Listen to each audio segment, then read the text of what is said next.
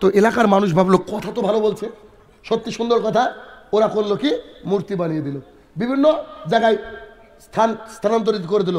এবার ওদের জামানা যখন চলে গেল, পরের জামানায় ইদ্রিস আলাইহিসসালামের জামানায় শয়তানরা বলল, তোমরা কি জানো আদ সোয়া ইয়াউক ইয়াগুস নসর এদের পুজো করতো তোমার বাপদাদারা। তখন লোক বলছে কি প্রমাণ? এ দেখো দলিল, এ দেখো কিতাবের মধ্যে আছে এদের নাম।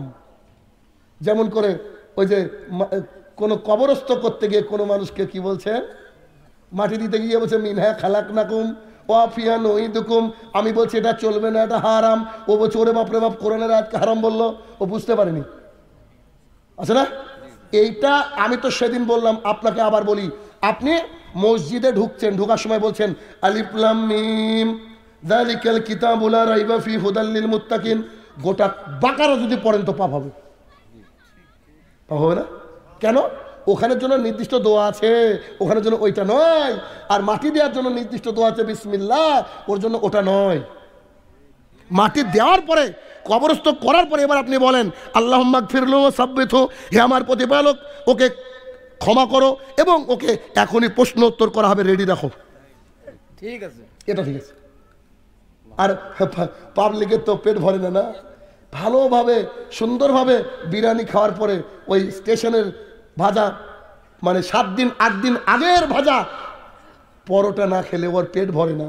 এত দোয়া করলো জানা যায় আরবিতে, ও তো বুঝে না। সব দোয়া করলো, তারপরে বাংলাতে দোয়া না করলে ওর অন্তর ভরে না। কথা বুঝছেন?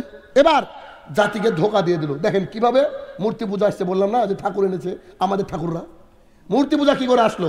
এবার তারা পুজো করতে শুরু করলো। তাই তো দলিল আছে কিতাবে। আমাকে অনেকে বলে আপনি কি জানেন? আমি বলি নাই তো উসাল্লিল্লাহি তাআলা, এটা যদি কেউ কোনো মায়ের বেটা কোনো কিতাব থেকে দেখাতে পারে তাহলে আমি ওই দিন থেকে পড়বো। তো বলে যে চটি বই আছে। তা আমি যে ঠিক আছে। তো আমাদের দেশের একজন বিখ্যাত মনীষী তিনি বলছেন 1912 সালের জন্ম, নামটাই ভুলে গেলাম, স্বামী বিবেকানন্দ। স্বামী বিবেকানন্দ বলছে ধর্ম করার চেয়ে ফুটবল খেলা ভালো।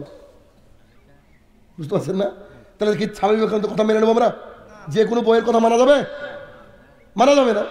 এবার এইরকম হলো। এবার দেখেন মক্কার একজন মানুষের নাম হচ্ছে আমর ইবনে লেহিয়া। কি নাম? আমর ইবনে লেহিয়া। ও ছিল একটু বুজুর্গানের দিন টাইপের। ও লোক করতো কি, সিরিয়াতে আসতো ব্যবসা করতে। তো সিরিয়াতে এসে সিরিয়ার একদল লোক বলছে এই মূর্তিটার নাম হচ্ছে হবল। কি নাম? হবল। আপনি নিয়ে যান, দিয়ে আপনি পুজো করবেন। এরা হচ্ছে আমাদের কথা আল্লাহর কাছে পৌঁছে দেয়। আর ওই লোক এবার ভাবলো আরে সিরিয়াতে তো অনেক নবী রাসূল আসেনি, সিরিয়াতে অনেক নবী রাসূলকে আল্লাহ তাআলা পাঠিয়েছে, এরা যেটা করবে সেটাই ঠিক, যারা 70% আছে তারাই ঠিক। এক শ্রেণী আলেমরা কথা বলতে বলতে বলে না, আরে ওরা 3%, ওরা 10%, আমরা 70%। আল্লাহ তাআলা বলছে 6 নম্বর সূরা 116 নম্বর আয়াত, যারা বেশিরভাগ লোক তারা পথভ্রষ্ট, কোরআনটা পড়ে না। এবার হবলকে নিয়ে আসলো, নিয়ে এসে ও তো বুজুর্গানের দিন, ও করলে কি মক্কার মধ্যে প্রথম মূর্তি হবল। তখন এলাকার মানুষ বলছে কি ব্যাপার, এটা কি? তো বলছে এরা সিরিয়া থেকে এনেছি। কোত্থেকে বলেন? সিরিয়া থেকে।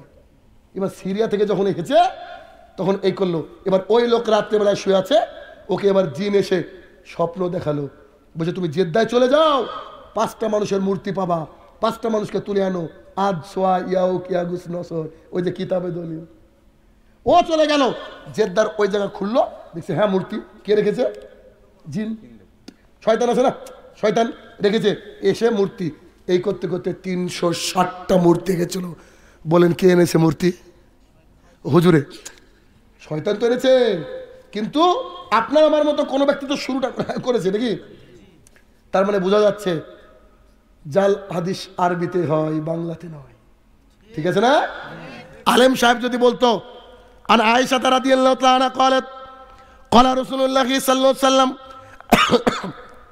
আয়েশা রাদিয়াল্লাহু তাআলা বলেন রাসূলুল্লাহ সাল্লাল্লাহু আলাইহি ওয়াসাল্লাম বলেছেন কুল্লু মুসকিরিন খামরিন, প্রত্যেকটা নেশাদার বস্তু মদ, ওয়া কুল্লু খামরিন হারাম, প্রত্যেকটা নেশাদার বস্তু মদ, প্রত্যেকটা মদই হারাম। এই কথা বললে আর কেউ খেত না, কিন্তু বলেছে নেশা 3 প্রকার, নেশা 2 প্রকার। একটা হচ্ছে যেটা খেলে মাতলামি করা হয়, এটা নেশা, আর যেটা খেলে মাতলামি হয় না এটা হচ্ছে নেশা নয়। এমন অনেক লোক আছে যার 2-3 গ্লাস মদে একটু নেশা হয় না। তাহলে কি বলবো ওখানে গিয়ে?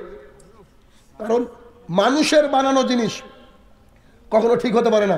আল্লাহ তাআলার বিধান হচ্ছে সঠিক। আল্লাহ সুবহানাহু ওয়া তাআলা কোরআনুল কারীমের মধ্যে বলছেন, ইয়া আইয়ুহান নাস কুলু মিম্মা ফিল আরদি হালালান তাইয়্যিবা ওয়া লা তাত্তাবিউ খুতুওয়াতিশ শয়তান।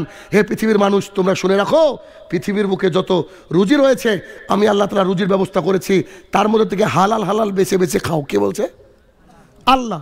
আল্লাহ তাআলা মুহাম্মদ সাল্লাল্লাহু আলাইহি ওয়াসাল্লামকে বলছেন, ইয়া আইয়ুহার রাসূল, হে আমার নবী শোনো, তুমি হালাল এবং পবিত্র খাও, তারপরে উত্তম আমল করো। হালাল এবং পবিত্র খাও, তারপরে কি করো?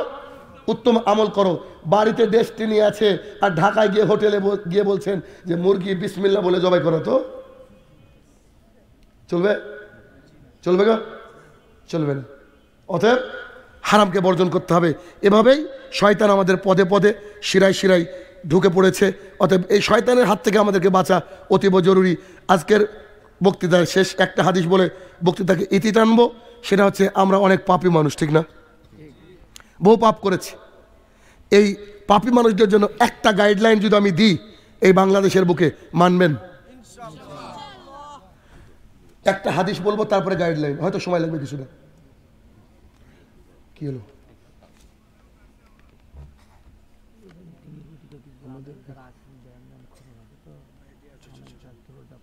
আচ্ছা, ইনশাআল্লাহ।